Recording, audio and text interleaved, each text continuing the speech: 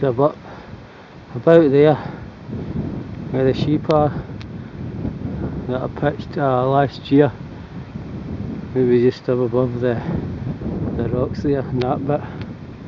I'm pretty sure of it. It was the only suitable, well, it was only dry bit last year, and this year's been a lot wetter, although the ground wasn't as bad as I remember it last year, funny enough. Anyway, sheep are leaving, so I'll make my way up there. I remember exactly now, that's where my Marmot Grid Plus tent was.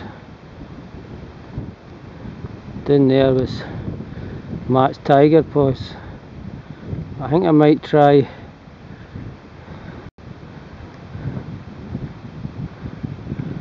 I'll walk that way for 10-15 minutes. If I don't see anything better, I'll just come back here. There you go, Matt. There's that loch. We can't see through the other end. We're always at the top of Duncombe Hill and we can't see it. That's why.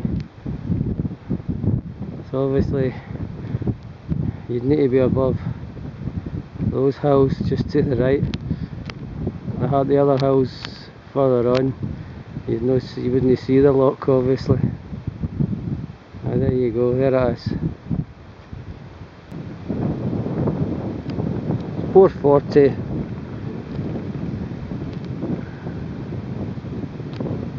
Saturday the 8th of September.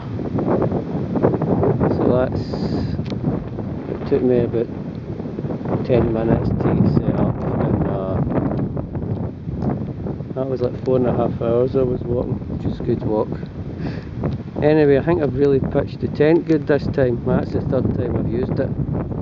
Obviously they are pretty straightforward, but I think I'm finally mastered it. It looks good to me anyway.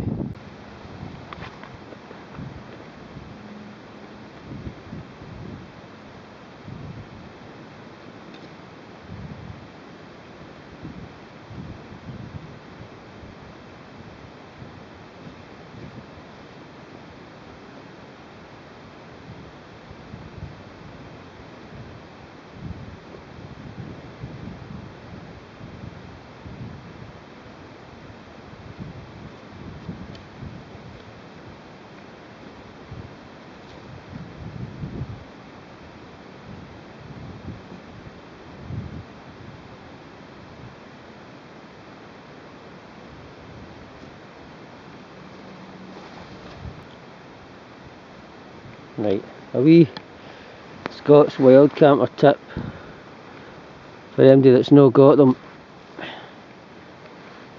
Those things are fantastic, especially for single hoop tents, but for any tents. They're called Delta pegs and they're not expensive, and they're not that, they're heavier than ordinary pegs, but really for the security they give you, it's a no-brainer. Delta ground anchors they're called. Just go to their website. Highly recommended.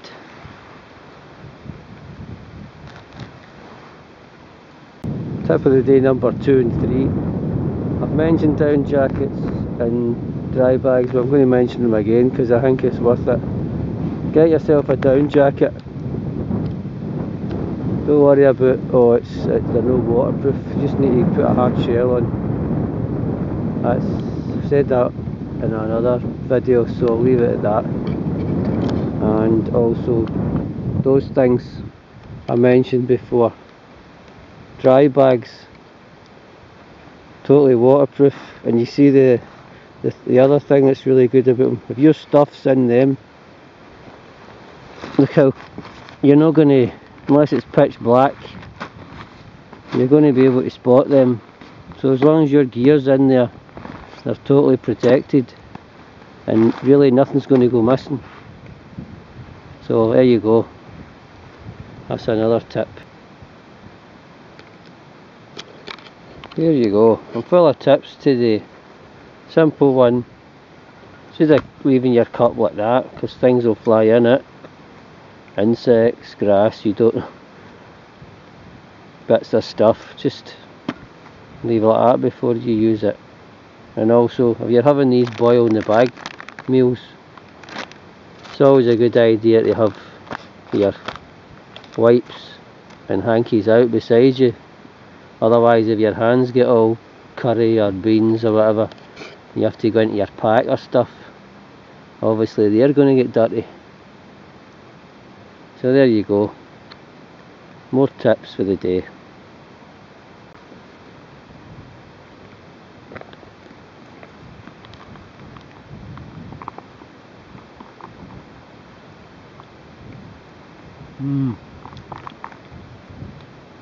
Yummy, yummy.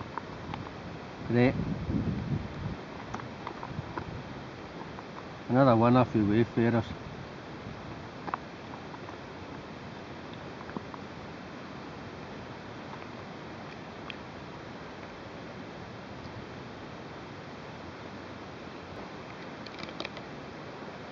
There's the view from my tent. That's me from inside my Akto, which is my favourite tent. I've got a few tents.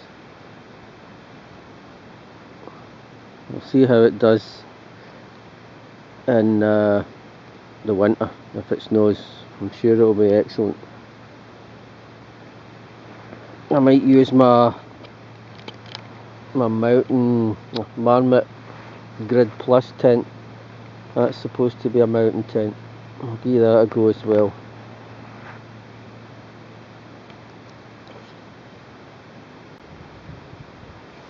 "6:30 in the evening. I'm having some visitors over, it looks like. Obviously they'll just keep that distance. Must be just heading to wherever sheep go at night. Never thought about it. Never really seen a sheep at night. Don't know where they go to, or they just lie down, or I don't know, got a tent or something, I don't know. I'll need to try and get up at night and see if I can see where the sheep are. Right, I think this is my last tip for the day. I never thought about it, but it's actually, I would say it is, I don't want to say essential, but I would say it's certainly very, I would highly recommend one of these. Not this actual one, well this is a good one, a Thermarest Z seat, but some sort of seat that you can sit down, you can sit outside the tent, or even if you're just going a walk, you just put it down and it saves your trousers getting wet. So get yourself one of these foldy seats. Right, that's me as far as tips go. Had to get into the tent there. I was just thinking the midges are never really that bad up here, but when they just suddenly appeared in force, I don't know if this is a good time. 6:45. Don't know if that's midge time, but they've been alright all day. Obviously when you're walking they're not so bad, but I've been pitched for about, I don't know, an hour and a half, and they weren't really causing any problems until just 10 minutes ago. I had to come in just after 8 o'clock. I think the midges are away again. I had to go out the tent for a call of nature.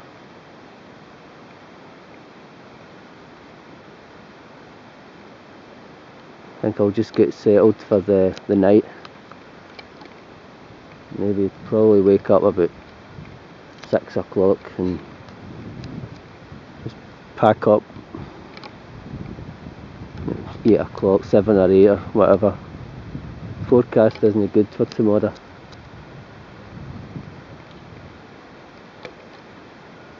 as you can see.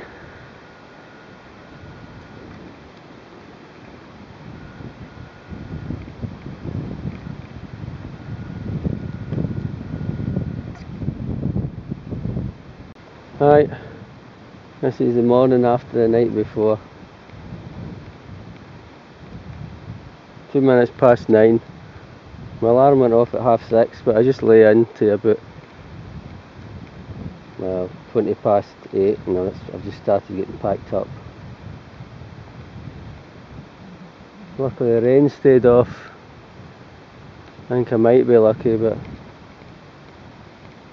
got my waterproofs anyway, and I'm on my way back. It's always quicker downhill, obviously. Okay, this will be my final bit of footage. My battery's running dead. Rubbish.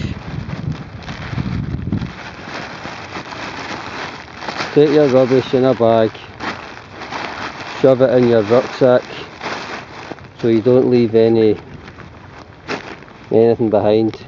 I know you see rubbish and litter in when you're walking, but the best thing you can do is just take care of your own rubbish. And just a wee preview, I'm working for the next 6 days solid, and then I'm going to either the Kilpatrick Hills or back up to the Highlands to Karua. So